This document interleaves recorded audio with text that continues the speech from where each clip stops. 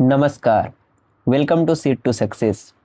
इस वीडियो में हम जानेंगे आईसीआर पीजी में जो फिजिकल साइंस सब्जेक्ट ग्रुप में जो important previous year questions I हुई हैं उनके बारे में डिस्कस करेंगे। तो चलिए फर्स्ट क्वेश्चन देखते हैं क्या है।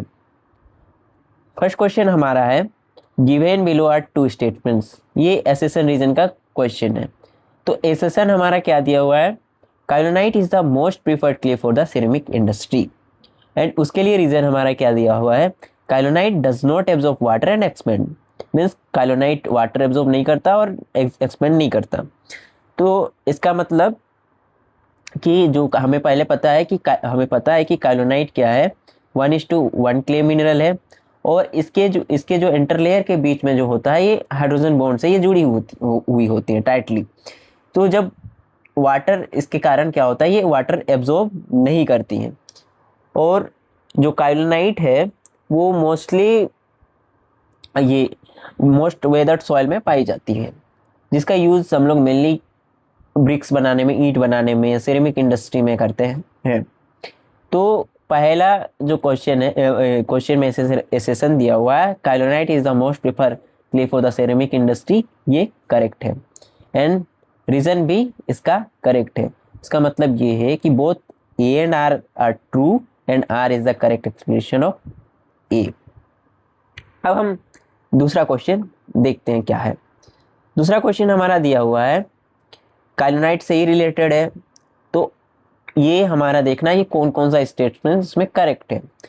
तो ए ऑप्शन में दिया हुआ है kaolinite is formed by the decomposition of orthoclase feldspar. हमें पता है कि ऑर्थोक्लेस फेल्डस्पार के डिकम्पोजिशन से काइलोनाइट का फॉर्मेशन होता है। तो ये ऑप्शन नंबर 1 करेक्ट है। Now it does not expand when it's comes in contact with water. हमें पता है कि काइलोनाइट क्या है, 1:1 क्ले मिनरल है। तो 1:1 क्ले मिनरल है एंड नॉन एक्सपेंडिंग टाइप है, नॉन एक्सपेंडिंग टाइप। तो नॉन एक्सपेंडिंग टाइप होने के कारण ये वाटर के कांटेक्ट में आएगी तो ये एक्सपेंड नहीं करेगी। मीन्स ऑप्शन बी भी करेक्ट है। अब काइलोनाइट क्या है, यहाँ दिया हुआ काइलोनाइट क्लेज आर 2:1 फाइलोसिलिकेट, जो कि इनकरेक्ट है, क्योंकि काइलोनाइट 1:1 फाइलोसिलिकेट है। एंड ऑप्शन नंबर डी क्या दिया हुआ है, kaolinite clays have a fine texture. Means चूंकि काइलोनाइट क्ले है तो ये फाइन टेक्सचर होगा, ये भी करेक्ट है। Means option A is correct, B is correct and D is correct. Means option number 1 is correct, A B D only. अब next हमारा क्वेश्चन क्या है, ये हमारा क्वेश्चन सॉइल से रिलेटेड है। जो यहाँ दिया हुआ है कि वैसी soil form by laterisation process, जो कि लेटराइजेशन प्रोसेस से बनती है। फिर जिसका पीएच एसिडिक हो और उसका सीईसी केटाइन एक्सचेंज कैपेसिटी लो हो and deficient in almost all nutrients and it can be managed well. And option number 4 इसमें दिया हुआ है, क्या दिया हुआ है कि इसका एरिया 18 मिलियन हेक्टेयर है, जो कि southern state, Western Ghats of Maharashtra and Odisha and some part of West Bengal और नॉर्थ ईस्ट रीजन में पाई जाती है। तो हम ऑप्शंस देखते हैं। तो ए में दिया हुआ एलुवियल सॉइल, चूंकि एलुवियल सॉइल हमारा वेस्टर्न घाट, महाराष्ट्र, ओडिशा में नहीं पाया जाता है, तो एलुवियल सॉइल इसका आंसर नहीं होगा। मीन्स ये इनकरेक्ट है, alluvial soil. Then black soil, black soil laterization process से नहीं बनती है, मीन्स इसका आंसर ब्लैक सॉइल नहीं होगा। Desert soil, desert soil mainly हमारा एरिड रीजन में पाया जाता है, राजस्थान वाले रीजन में, मतलब ये इनकरेक्ट। अब लेटराइजेशन प्रोसेस से कौन सा बनती है, laterite and laterite soil. Means option number D is correct. तो इसमें ऑप्शन नंबर डी कहाँ दिया हुआ है, तो 1 डी ओनली करेक्ट। अब हम नेक्स्ट क्वेश्चन की ओर जाते हैं। तो नेक्स्ट क्वेश्चन हमारा क्वेश्चन नंबर 4 है। तो क्वेश्चन नंबर 4 में क्या दिया हुआ है, मोर एंड वेयर मेरन जो soil formation, soil development stages है, उसको हम लोग को उसे हमें अरेंज करना है। तो सबसे पहले हम देखते हैं more and when Warren stages क्या क्या है। तो सबसे पहले हमारा स्टेज आता है इनिशियल स्टेज, उसके बाद आता है juvenile stage, then virile stage, then senile stage and final stage. Initial stage में हमारा क्या होता है, वेदरिंग जस्ट स्टार्ट होता है और इसमें अनवेदर्ड पेरेंट मटेरियल प्रेजेंट होता है, ओरिजिनल जो पेरेंट मटेरियल होता है। देन हमारा सेकंड स्टेज आता है जुविनल स्टेज। इसमें physical and chemical weathering active होता है और इजीली वेदरेबल मिनरल वो बिगिन हो जाता है, वेदर्ड होना स्टार्ट हो जाता है। देन विराइल स्टेज में क्या होता है, जो इजीली वेदर्ड होते हैं मिनरल वो डिकम्पोज हो चुके होते हैं एंड जो रेस्टेंट मिनरल्स होते हैं वो प्रेजेंट होते हैं। एंड अब सीनाइल स्टेज में डिकम्पोजिशन एडवांस हो जाता है और जो वेदरेबल मिनरल्स लीच होना स्टार्ट हो जाते हैं। फाइनल स्टेज में क्या होता है, सॉइल डेवलपमेंट कंप्लीशन हो जाता है और पैरेंट मटेरियल एंटायरली वेदर्ड हो जाता है और न्यूट्रिएंट पुअर सॉइल प्रोफाइल का डेवलपमेंट होता है, जिसमें हाईली रेजिस्टेंट जो मिनरल्स होते हैं iron oxide, aluminium oxide present होते हैं। तो हम ऑप्शन में देखते हैं तो कौन सा करेक्ट है। तो अगर हम देखें तो सबसे पहले हमारा आएगा अनवेदर्ड पैरेंट मटेरियल स्टेज सी, देन हमारा आएगा ए, देन हमारा क्या आएगा डी विराइल स्टेज, देन हमारा बी। तो हमारा ऑप्शन नंबर 2 इज करेक्ट। अब हम क्वेश्चन नंबर 5 में देखते हैं। इसमें हमारा अटरबर्ग लिमिट से क्वेश्चन है, जिसमें हमें दिया हुआ है कि क्वेश्चन क्या है, the moisture content at which soil ceases to be plastic and become semi fluids and tends to be flow like a liquid. Means वैसा मॉइस्चर कंटेंट जिसमें सॉइल जो होता है वो प्लास्टिक होना बंद हो जाता है और वो फ्लूइड के फॉर्म में फ्लो करना स्टार्ट होता है। तो इसका आंसर क्या होगा हमारा option number C liquid limit. Liquid limit को हम लोग अपर प्लास्टिक लिमिट भी कहते हैं और जो प्लास्टिक लिमिट जो होता है वैसा लोएस्ट मॉइस्चर कंटेंट जहाँ से कोई भी सॉइल प्लास्टिक मतलब ये प्रॉपर्टी शो करना स्टार्ट करता है तो उसे हमें कहते हैं उसे प्लास्टिक लिमिट कहते हैं। एंड प्लास्टिसिटी नंबर जिसको हम लोग प्लास्टिक इंडेक्स भी कहते हैं, ये difference between liquid limit and plastic limit होता है। एंड श्रिंकेज लिमिट वैसा हमारा ये मॉइस्चर कंटेंट होता है लोएस्ट मॉइस्चर कंटेंट जहाँ से हमारा सॉइल हार्ड होना स्टार्ट हो जाता है। तो इसमें हमारा आंसर क्या होगा सी ओनली। नाउ अब हम क्वेश्चन नंबर 6 देखते हैं, जो कि प्रिज्मेटिक सॉइल स्ट्रक्चर कहाँ पाया जाता है वो देखते हैं। तो prismatic soil structure is found in subsurface of arid and semi arid region, ये सही है। Option number B grassland soil incorrect है। ग्रासलैंड सॉइल में हमारा कौन सा स्ट्रक्चर होता है, जो ग्रेनुलर क्रम्बी स्ट्रक्चर प्रेजेंट होता है। Now see poorly drained soil, हाँ पुअरली ड्रेन्ड सॉइल में भी प्रिज्मेटिक स्ट्रक्चर प्रेजेंट होती है। अब सॉइल्स विद स्वेलिंग क्ले में भी हमारा प्रिज्मेटिक सॉइल स्ट्रक्चर पाया जाता है। तो option A C and D is correct, option number 3 is correct. अब हम क्वेश्चन नंबर 7 की ओर रुक करते हैं। तो क्वेश्चन नंबर हमारा 7 क्या है, तो क्वेश्चन नंबर हम 7 देखते हैं। गिवन ये स्टेटमेंट बेस्ड क्वेश्चन है, जिसमें हमारा दिया हुआ statement 1 humus is the amorphous material derived from the decomposition of organic matter. Humus is amorphous material, yes, and ये ऑर्गेनिक मैटर के डिकम्पोजिशन से ही बनता है।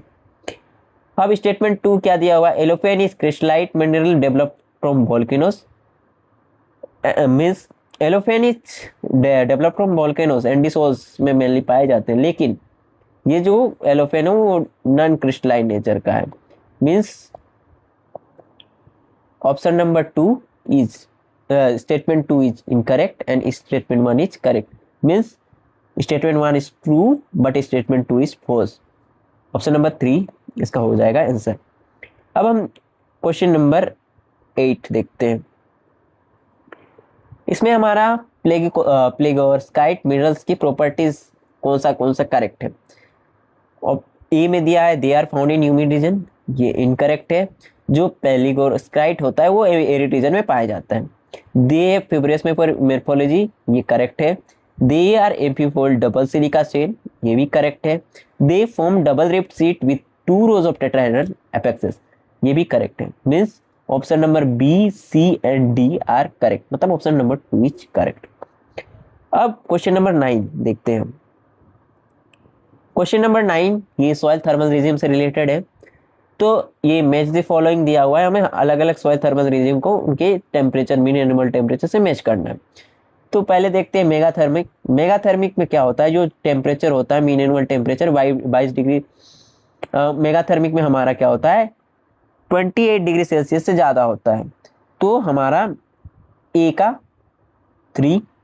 एंड हाइपरथर्मिक में क्या होता है 22 डिग्री सेल्सियस से 28 degree Celsius, 22 degree Celsius to 28 degree Celsius के बीच हाइपरथर्मिक का टेम्परेचर होता है। एंड थर्मिक का टेम्परेचर हमारा होता है 15 degree Celsius to 22 degree Celsius. C का हो जाएगा 2 एंड डी का हमारा 1। तो ऑप्शन नंबर 3 इज करेक्ट। ए का 3, बी का 4, सी का 2 एंड डी का 1। यहाँ हम देख सकते हैं अदर सॉइल थर्मल रीजन क्या क्या है। क्राइक जिसका temperature mean annual temperature 0 to 8 degree Celsius होता है। Then frigid less than 8 degree Celsius, pergelic less than 0 degree Celsius, and mesic 8 to 15 degree Celsius, thermic 15 to 22 degree Celsius, hyperthermic 20 to 28 degree Celsius and megathermic 28 degree Celsius से ज़्यादा। जब mean summer temperature और mean winter soil temperature का difference 5 degree Celsius से ज़्यादा हो तब हम ये यूज़ करेंगे। जब mean soil temperature 5 degree Celsius से कम हो जो डिफरेंस, तब हम आइसो यूज़ करते हैं। नाउ क्राइक और फ्रिजिक में हम डिस्टिंक्शन कब करते हैं, तो सब ग्रुप लेवल में इसका डिस्टिंक्शन करते हैं। अब हम क्वेश्चन नंबर 10 में देखते हैं। क्वेश्चन नंबर 10 हमारा क्या है, arrange the middle in the order of increasing weathering index. तो पहले हम देखते हैं वेदरिंग इंडेक्स होता क्या है। तो वेदरिंग इंडेक्स पहले किसने दिया, जैक्सन ने दिया। और वेदरिंग इंडेक्स का मतलब होता है, ये इंडिसेस है जो कोई भी मिडल का, इसका मतलब होता है कि किसी भी मिडल का कितना वेदरिंग हो चुका है और वो वेदरेबल है कि नहीं। तो उसके अकॉर्डिंग हम सबसे पहले सबका वेदरिंग इंडेक्स देखते हैं कि क्वार्ट्ज का वेदरिंग इंडेक्स क्या होता है, जिप्सम का वेदरिंग इंडेक्स क्या होता है, हेमेटाइट का और एलोफेन का क्या होता है। तो जिप्सम का होता है 1, कैल्साइट का हमारा होता है 2, देन बायोटाइट का 4, एल्वाइट का 5, क्वार्ट्ज का 6, टेनास्टोमाई का 7, vermiculite 8, montmorillonite 9 and chlorite 9, kaolinite 10, gibbsite 11, allophane 11, hematite 12 and anatase का होता है 13। तो अब हम देखें तो सबसे कम होता है हमारा जिप्सम बी, देन हमारा होगा क्वार्ट्ज ए, देन हमारा होगा डी, देन हमारा होगा सी। तो ऑप्शन नंबर 3 इसका होगा करेक्ट ऑप्शन आंसर। अब हम देखें क्वेश्चन नंबर 11। तो क्वेश्चन नंबर 11 क्या है, elements which readily form metallic bonds. तो वैसा एलिमेंट जो मेटेलिक बॉन्ड बनाता है, तो उसको सिडरोफाइल बोले या लिथोफाइल या एटमोसफाइल या बायोफाइल। तो सबसे पहले हम जानेंगे सिडरोफाइल, लिथोफाइल, एटमोसफाइल और बायोफाइल होता क्या है। तो लिथोफाइल जो होता है वो स्टेबल ऑक्सीजन आयंस बनाते हैं।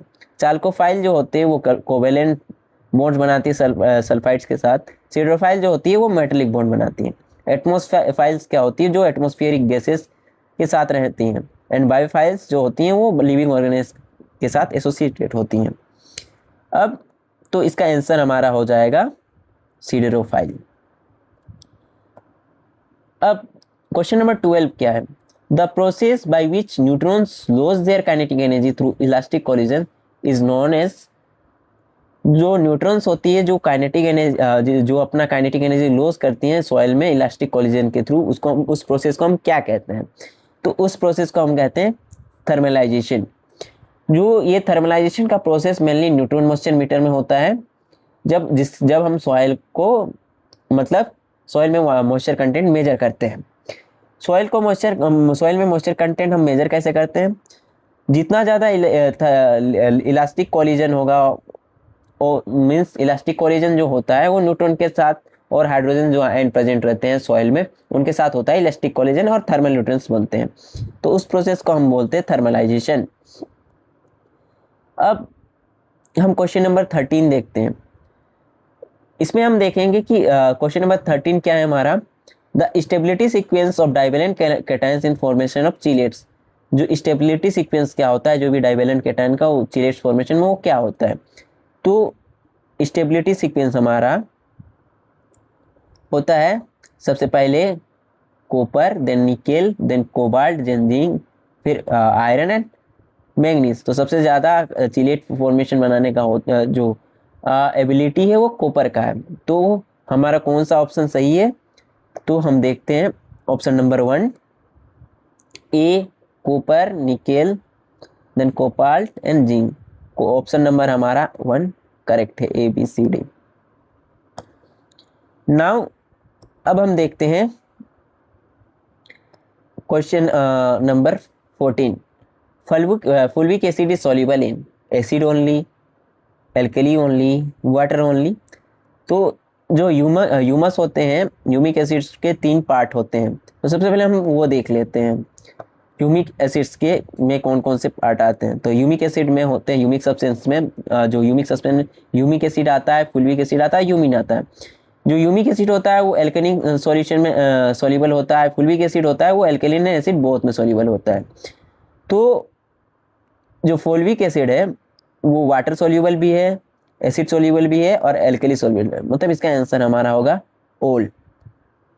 अब हम देखते हैं question number 15। Characteristic features of minerals are, minerals have a definite chemical composition, correct है। Minerals are inorganic nature, correct है। The atoms that make up minerals are not arrange in an orderly pattern. Minerals में जो होता है वो orderly pattern में arrange होता है, बस ये ऑप्शन इनकरेक्ट है। Minerals are building blocks of rocks, ये करेक्ट है। तो हमारा कौन कौन सा ऑप्शन सही है? A, B and D, option number 2 correct. Now अब हम देखते हैं क्वेश्चन नंबर 16 में क्या है? Match the following. तो एक हमारा मैच द फॉलोइंग में क्या है? ये मिनरल एलिमेंट नहीं होगा, ये रिसर्च एरिया होगा और ये इनका ये फंक्शन क्या है?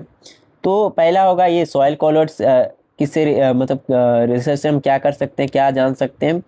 तो सॉइल कॉलर्स रिसर्च से हम लोग सीईसी को अंडरस्टैंड कर सकते हैं। देन सॉइल का ऑर्गेनिक कार्बन से हम क्या जान सकते हैं? जो क्लाइमेट चेंज मिटिगेशन स्ट्रेटजी है, ये हम सॉइल ऑर्गेनिक कार्बन के रिसर्च से जान सकते हैं। देन सॉइल कंपेक्शन से हम क्या जान सकते हैं? जो इम्प्रूव रूट जोन एरेशन होगा उसको हम जान सकते हैं। Then precision soil mapping, GIS GPS का यूज़ करके हम क्या कर सकते हैं? साइट स्पेसिफिक न्यूट्रिएंट मैनेजमेंट कर सकते हैं। तो हमारा A3, बी का हमारा 4, सी का 1 एंड डी का हमारा 2, ऑप्शन नंबर 3 इसका करेक्ट ऑप्शन है। अब हम देखते हैं question number 17। Arrange the liming material based on their decreasing neutralising value of CC. तो सबसे पहले हम सबका सीसी वैल्यू देख लेते हैं। तो कैल्शियम ऑक्साइड का हमारा क्या होता है? 179।